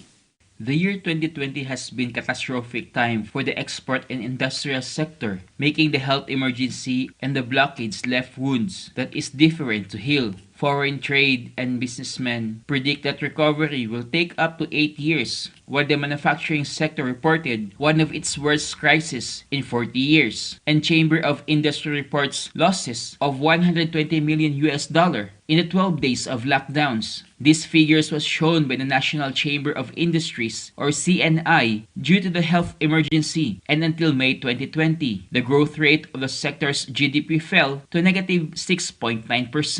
CNI President Ivo Blasevic explained that this is the deepest industrial crisis in the last 40 years, for it creates illiquidity and threatens to become insolvent of companies with negative effect on investment, product, and generation of formal employment. Despite this, Blasevic hoped that the leadership of Central Obrera Boliviana, or COB, would reflect on the great damage it is doing to the production and employment with the roadblocks. Due to blockades, industries lose up to $10 million per day nationwide due to the stoppage of sales. Gonzalo Molina, president of the National Chamber of Exporters of Bolivia, or CANEB, gives another critical diagnosis that what has been lost in 5 months, mainly due to social conflicts and the pandemic, the exporters will be able to recover in 7 or 8 years. Producers from Cochabamba denounced bird mortality due to the lack of inputs, blocking the roads and preventing the grains and flours that will arrive from Santa Cruz from being used in the farms of small and medium poultry farmers in Cochabamba.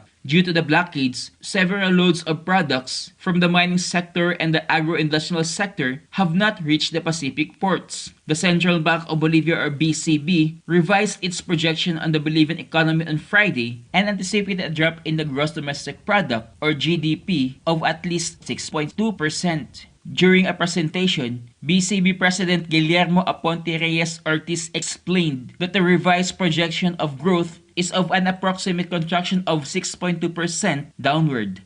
Reportando desde Santa Cruz, Estacido Jason Andrade, SMNA News, Bolivia. Meanwhile, the Peruvian government will conduct a technical meeting about facilitating the export of their agricultural products to China. Mary Rossi for the report. The Ministry of Agriculture and Irrigation reported that the National Agricultural Sanitation Service, or SINASA, will conduct a technical meeting with the General Administration of Customs of the People's Republic of China to facilitate the entry of Peruvian agricultural products to China.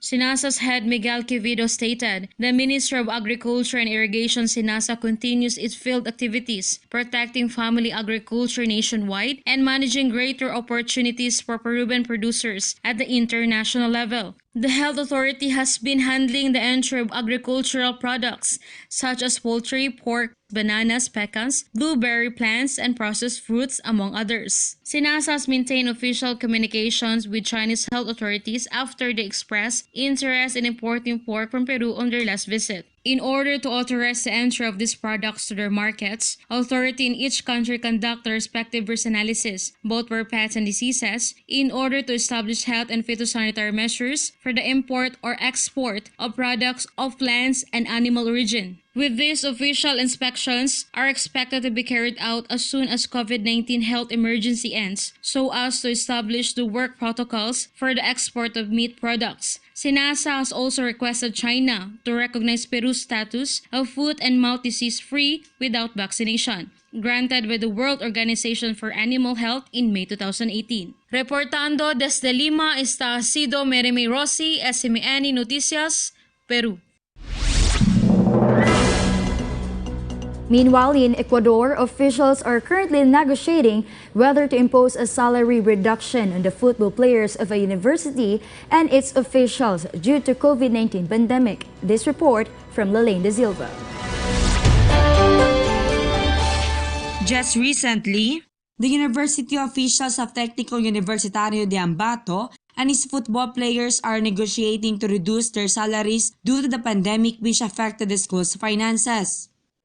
The director said that they are eyeing to reduce their salaries at 25%, which is higher than the 10% salary reduction that the footballers requested. Alberto Jara, the president of the Red Rollers, said that they are going to pay the players up to 75% and appeal for understanding since they are in a very bad in the economic situation.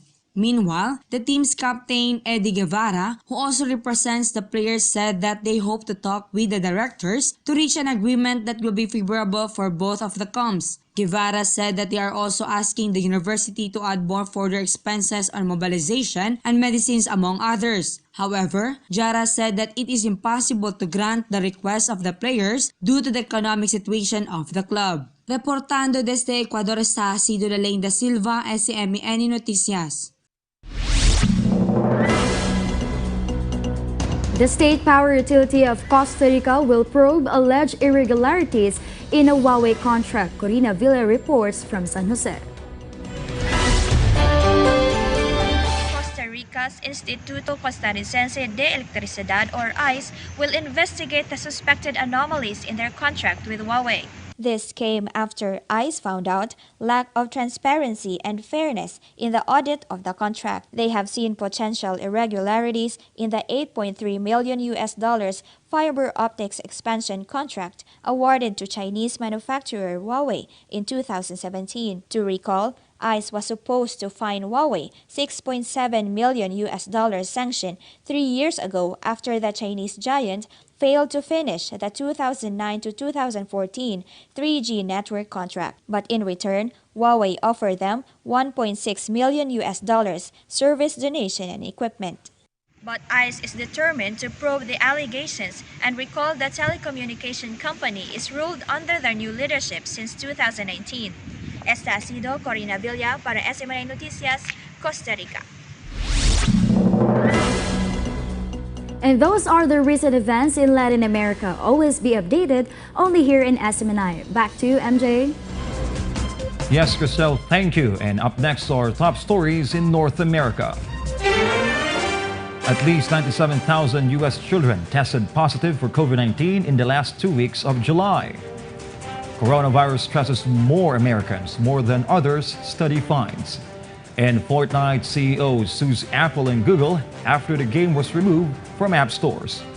These and more after the break.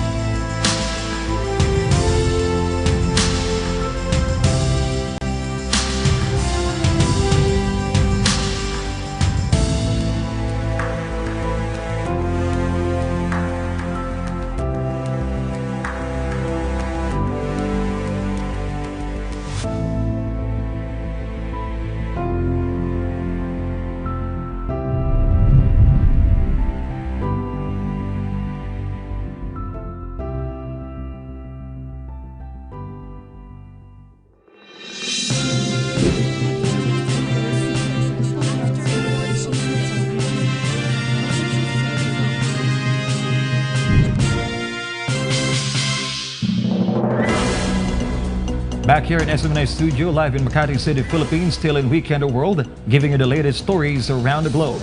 Now let's see from our SMNI correspondents in North America. We have Fatima Nozil live. Fatima. Yes, MJ, school reopens. Nearly 100,000 children were tested positive of COVID-19 in just 2 weeks, which was a big challenge to parents as the virus continues to spread across the country.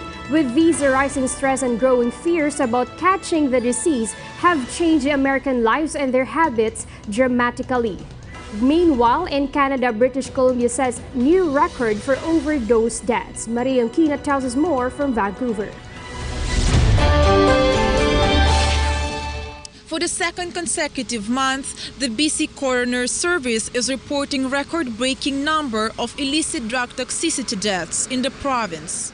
In June, 175 people died from overdose in BC. BC's Chief Coroner Lisa Lapointe said, for the second month in a row, this province has experienced the highest number of deaths ever as a result of illicit substances, with 175 lives lost, leaving behind grief and frustration while this public health emergency carries on into its 5th year. According to BC Emergency Health Services, during the month of July, paramedics were called out to 2,706 overdoses, approximately 87 overdoses a day. Of the overdoses recorded in July, vast majority were women, that makes 65.4%, and 34.4% men, with the largest number of overdoses recorded in the age category between 21 to 40 years of age.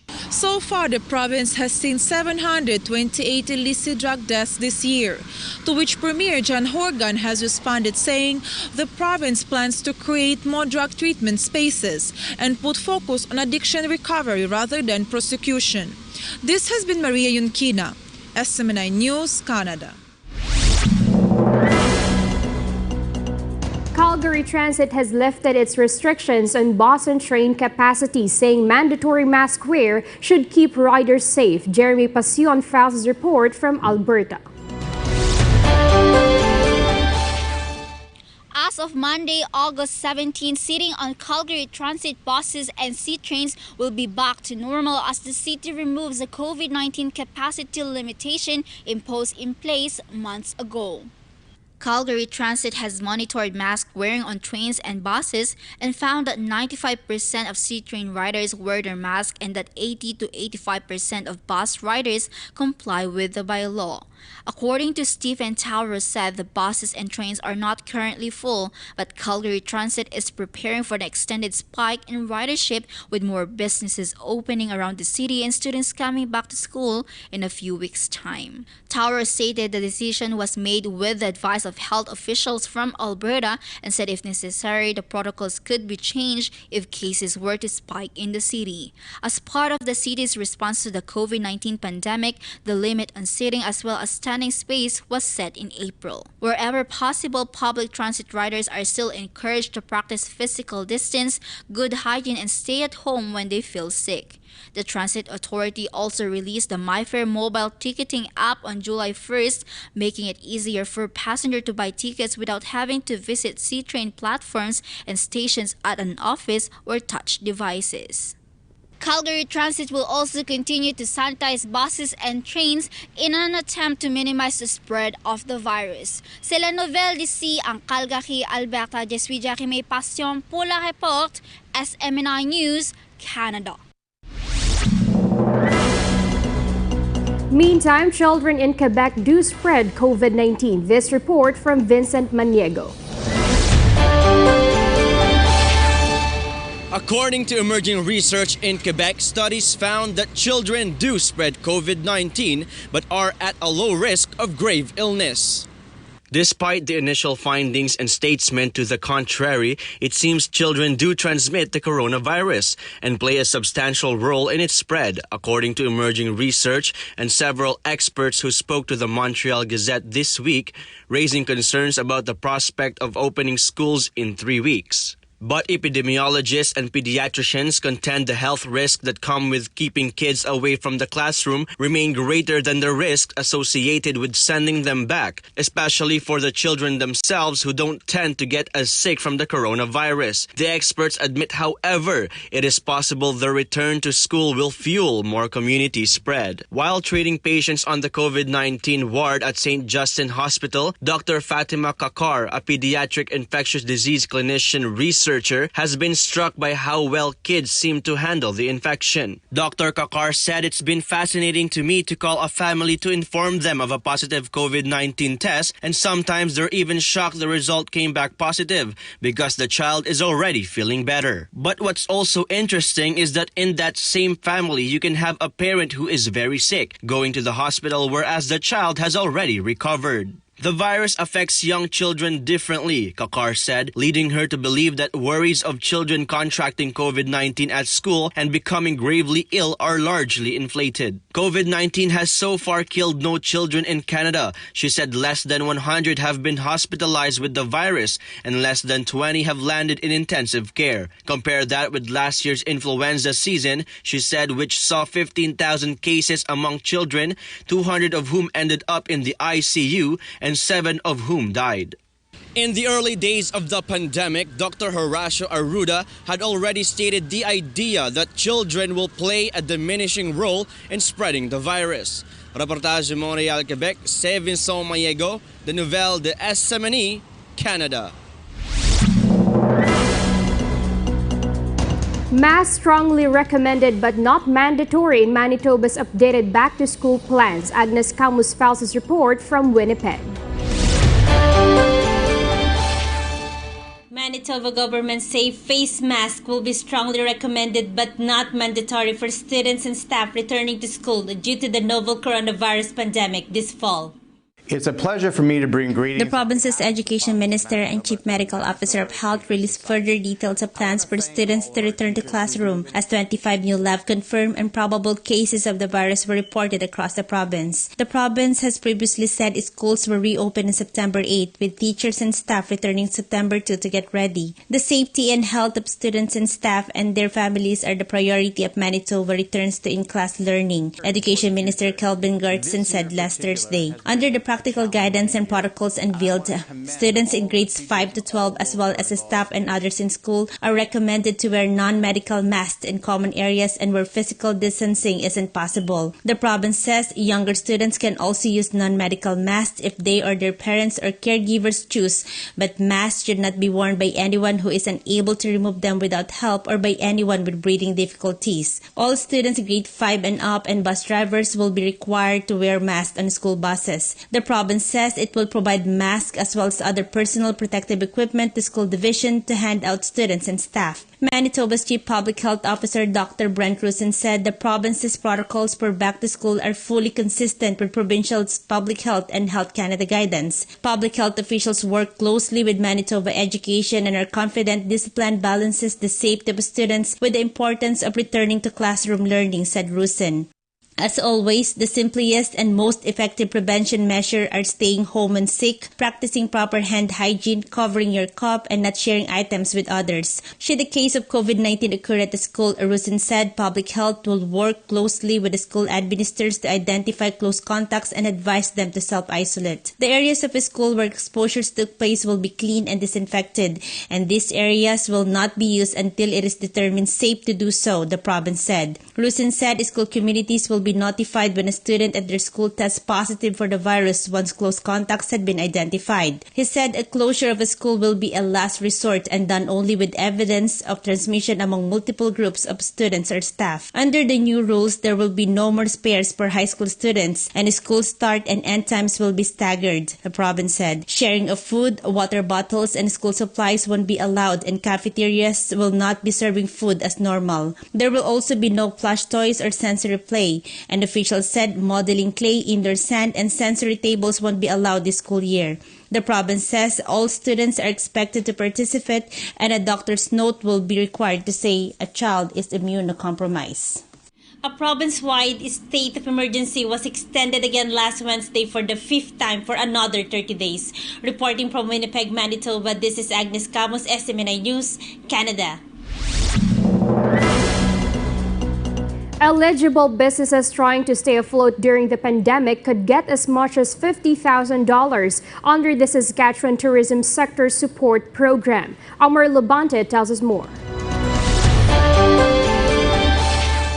Saskatchewan Tourism Sector Support Program, STSSP, eligible hotels, event organizers, hospitality, attraction operators will be able to apply for a one-time, non-repayable emergency payment. The province pledged $35 million last Monday to assist Saskatchewan's tourism sector. In a news conference, Saskatchewan Tourism Minister Jean Makowski said that the money will help the sector to recover from setbacks due to coronavirus pandemic. Businesses in the accommodation sector and large event facilities might receive payments from $10,000 to $50,000, while operators of attractions, tours, or events might receive payments from $7,500 to $15,000. Non-profit and event hosting organizations such as Saskatoon's Remai Modern Art and Design Store or Saskatchewan Jazz Festival are also eligible to apply. It also applies to businesses who have been severely impeded because of the closure of the U.S. border, said Trade and Industry Minister Jeremy Harrison. The province said $5 million of the $35 million is flagged for marketing.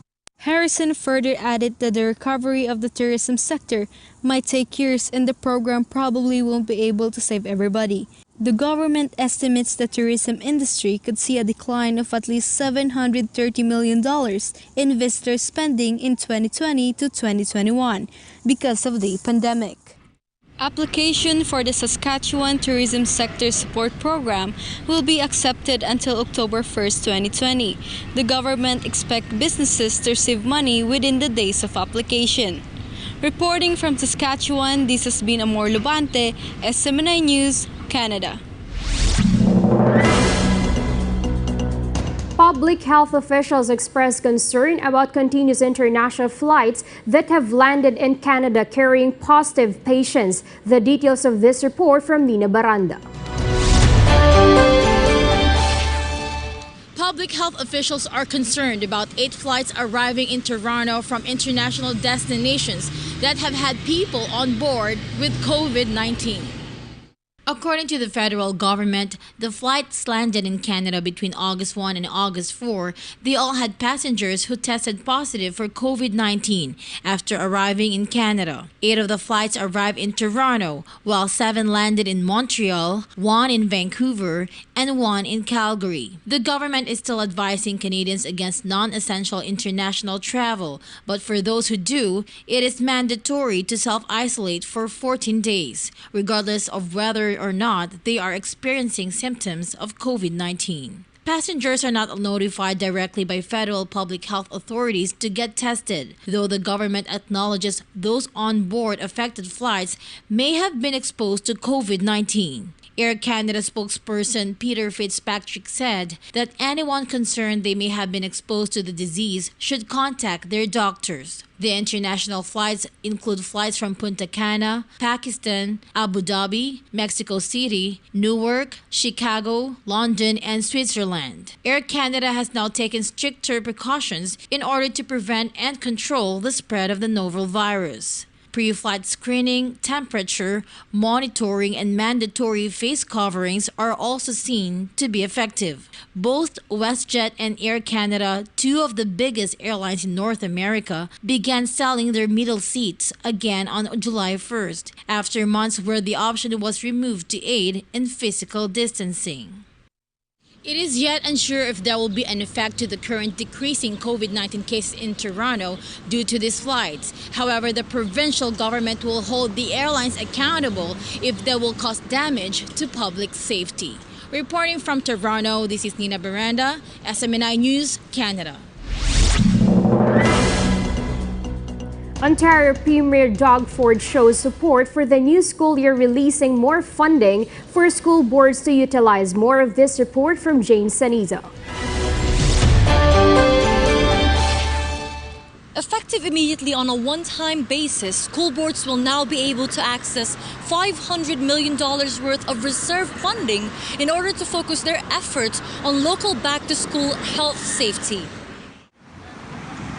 The Ford government is offering school boards more money and flexibility to start the school year. Education Minister Stephen Latche promised to allow school boards to unlock almost $500 million in reserve funding, as well as providing $50 million worth for improved ventilation and air quality. All of this will allow school boards to put new money into areas where they see fit. They can choose to hire more teachers or more cleaning staff, or rent more space to allow students to have greater social distancing.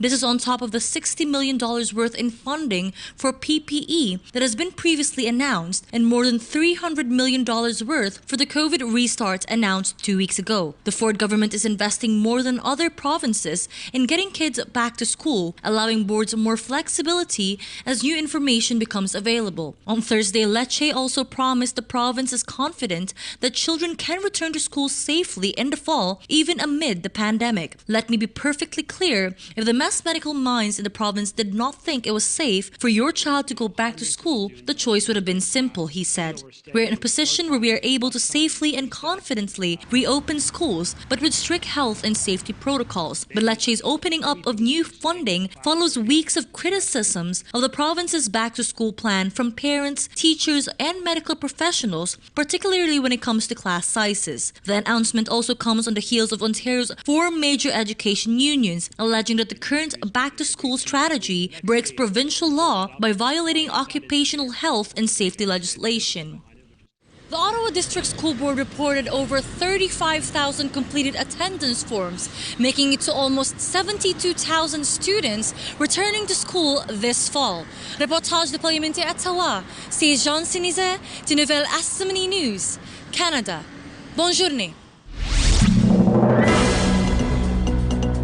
The United States reports that at least 97,000 children became positive with the coronavirus in the last 2 weeks of July alone. Hannah Vidal files this report. At least 97,000 children in the United States tested positive for COVID-19 in the last 2 weeks of the month of July, and at least 338,000 children have been infected since the pandemic began. This news comes from the American Academy of Pediatrics and the Children's Hospital Association. The report comes as parents and education leaders grapple with the challenge of resuming schooling as the virus continues to surge across the country. More than 7 out of 10 infections were from states in the South and the West. The count could even be higher because the report did not include complete data from Texas and information from parts of New York State outside of New York City. The states of Missouri, Oklahoma, Alaska, Nevada, Idaho, and Montana have the highest percent increase of child infections during that period, says the report. Now New York City, New Jersey, and other states in the Northeast, where the virus peaked in March and April, had the lowest increase of child infections. Most places cited in the report categorize children to be people no older than 17 or 19. Furthermore, the report noted that children rarely get severely sick from COVID-19. This is Hannah Vidal, SMNI News, USA. Former First Lady Michelle Obama says that she is suffering from a low-grade depression due to major events that happened this year in the United States. Catherine Bantigue for the details. In her Spotify podcast, former First Lady Michelle Obama says that she is undergoing low-grade depression because of the pandemic, the race relations in the U.S., and the political strife surrounding it all this year.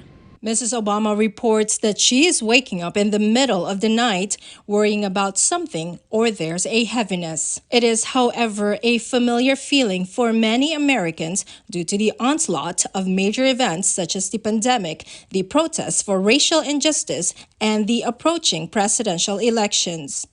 A Census Bureau survey found that 1 in 3 Americans are reporting symptoms of depression or anxiety, which is more than 3 times the rate from a similar survey conducted in the first half of 2019. Furthermore, people have gone long stretches of time without seeing their friends or family personally, exacerbating the already widespread problem of loneliness, which can be deeply harmful to one's mental health. Mrs. Obama also discussed the racial reckoning in America following the death of George Floyd this summer. She explained that it is exhausting to be waking up to yet another story of a black man or a black person somehow being dehumanized or hurt or killed, all falsely accused of something. I know that I am dealing with some form of low-grade depression. Not just because of the quarantine, but because of the racial strife and just seeing this administration, watching the hypocrisy of it day in and day out is dispiriting. Obama emphasized that while America have been through tough times before, people are in a unique moment in history living through something that no one has lived through. In her Instagram account, Obama reassured her 40.8 million followers that she is just checking in with everyone and that she is doing fine and that there is no reason to worry about her. Mrs. Obama added that it was okay to acknowledge that the world around us can have an effect on our well-being and that she hopes everyone is allowing themselves to feel whatever they are feeling in the midst of what the country is going through right now. This is Catherine Bantigue, SMNI News, USA. A study finds out that the coronavirus pandemic stresses Americans more than anything else, being the hardest hit country in the world economically and health-wise. Lester Tan files his report. A new report from a U.S. private foundation, the Commonwealth Fund, says that the American population is suffering more mental health consequences of the pandemic than people in other countries. The foundation's president, Dr. David Blumenthal, said, as our country struggles with a surging number of cases and the economic havoc that the pandemic is wreaking, people in other countries find a different, better reality. Americans should realize that our country can do better too. 33% of U.S. citizens report experiencing stress, anxiety, or great sadness that was difficult to cope with alone. The countries with the next highest levels were Canada and the UK, which both reported 26% of people feeling anxious or stressed. The country with the lowest levels was Norway, where 10% of adults reported these health concerns. The report also said that the past research show that even prior to the pandemic, Americans were already among the most likely to experience emotional distress. Reasons why the US could be doing worse when compared with other countries included a lack of universal insurance coverage, trusted sources of primary care, social support programs, and leadership response. Only 31% of American adults say they are able to access mental health care. More than 30% of adults in the US also reported that they were faced with negative economic effects. According to one of the authors of the report, Americans will, for better or worse, have a chance to learn more from other countries about ways to strengthen its healthcare system. This is Lester Tan, SMNA News, USA. The creator of Fortnite is suing Apple and Google after the tech giants blocked the online video game from their app stores. Calvin Liquanen for the details. iOS and Google Play removed Fortnite because its developer, Epic Games, violated their guidelines by announcing a way for players to buy in-game currency without using Apple and Google's proprietary payment systems. The controversy began when Epic Games announced Thursday it will offer a permanent 20% discount on Fortnite's in-game currency if players purchase directly from Epic and not via Apple or Google Play. Epic Games CEO Tim Sweeney has publicly criticized both Apple and Google for their practices, as Epic's discount referred to how both Apple and Google app stores take a 30% cut of in-app sales. Apple announced that Epic Games violated guidelines regarding in-app payments with a statement in which Epic Games violating the App Store guidelines apply to every developer, and as a result, their Fortnite app has been removed from the store. Apple welcomes the opportunity to continue discussions with Epic Games and bring Fortnite back to Google Play. However, the game company responded to the action with a lawsuit. Apple rejected Epic's claim that it uses its control over the iOS App Store in an anti-competitive manner, and even hired an independent research firm to publish a report showing that the 30% cut it takes is standard across many digital marketplaces. Today, digital software stores have grown into a $25 billion business, and Epic Games' Fortnite dispute between Apple and Google Play will have an effect on how the App Store collects fees in the future. This is Calvin Liquanen, SMNI News, USA. And that's the most recent developments in North America. Our SMNI News team will keep you updated. MJ? Thank you, Fatima, for the updates in the North America.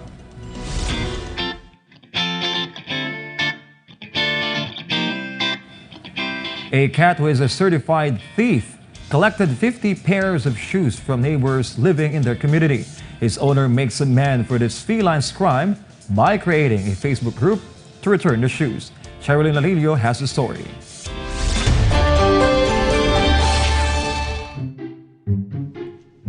If you think that humans are the only burglar in the world, then sorry, but you're wrong. Just like this cat who devoted himself in the life of thievery. But it looks like his owner must make amends for his feline's crime. Earlier this month, BJ Ross from Pennsylvania created a Facebook group to address one of her cat Jordan's dirty habits, which is stealing their neighbor's shoes. BJ finds a couple of shoes every morning, and all in all, the thief cat already collected 50 pairs. But it seems like Jordan looks really proud of his stash and don't have any conscience at all. This 6-pound black and white kitty is constantly going out during the night and was returning back home with loot in his jaws. After learning about Jordan's secret life every night, VJ, the owner, put a GPS tracker on him. He found out that the thief cat can walk up to 7 to 8 miles a night. With this, BJ even installed a security cam in the back to collect more evidence. Moreover, Jordan prepares for his nightly misadventures with lots of proactive napping in the morning. Well, the social media helped return the footwear to its respective owners, but also made Jordan famous. Now, the whole world knows about his shenanigans. This has been Sherilyn Alilio reporting SMNI News.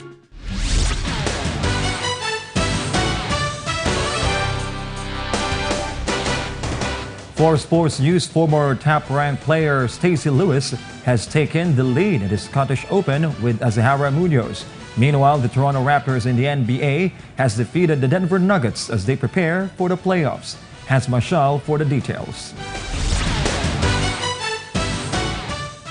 12-time LGPA Tour champion Stacey Lewis shot a 5 under 66 in the lowest round of the week in the Ladies Scottish Open. With this, the American golfer has taken the lead with Azahara Munoz. The former top-ranked player is seeking to acquire her first win after nearly 3 years since she has given birth to her first child.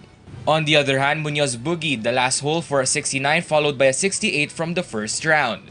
Defending champion Danielle Kang is also bidding for a third straight win on the LGPA Tour. Meanwhile, the Toronto Raptors has defeated the Denver Nuggets with a score of 117 to 109. With this, the Raptors has finished their regular season with a 4-game winning streak.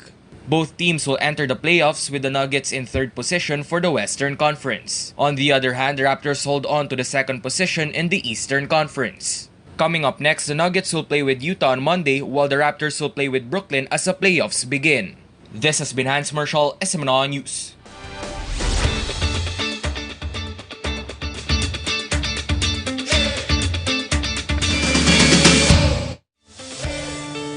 A 15-year-old spent his summer fixing old computers with desire to help students who might be needing one.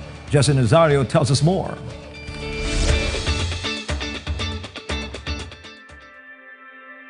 Maybe most of us will remember this year's summer filled with nothing but quarantine and stay at home. But one teenager in Florida will surely remember his summer with new learnings and maybe more. When 15-year-old Christopher Kilpatrick from Jacksonville realizes the need that the students would experience on opening up classes, especially with the new setup, he, together with Johnny McBurney's team at Urban Mining, where was interned, had an idea to fix retired machines instead of making them as salvage goods. So, restoring old computers to a better and usable one became his summer project. According to McBurney, Kilpatrick was able to do 4 to 5 machines a day, which in the end totaled to 20 renovated desktop computers. That includes monitors, programs, and the other ancillary needs. He also installed various applications and made sure that they are working. Those 20 computers are now scheduled to be donated to the nonprofit Big Brothers Big Sisters sometime next week. The honor student said that he has learned some lessons from his summer internship, and that is the lesson of giving good and stewardship, and one great thing he learned from this is also the importance of recycling. He's starting a good one here. His summer experience just may become the new expectation for other interns in the future. Reporting, this has been Justine Nazario, SMNA News. And before we end, may you be inspired with the message of the appointed Son of God.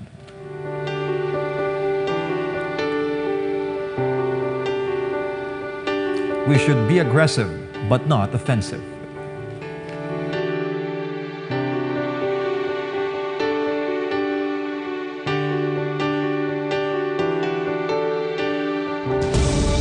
And that's all for today's edition of Weekend World. For more news updates, you may visit smnanewschannel.com or follow us on our official social media accounts on Facebook, YouTube, and Twitter. Once again, I'm MJ Mondihar. Thank you for watching Weekend World.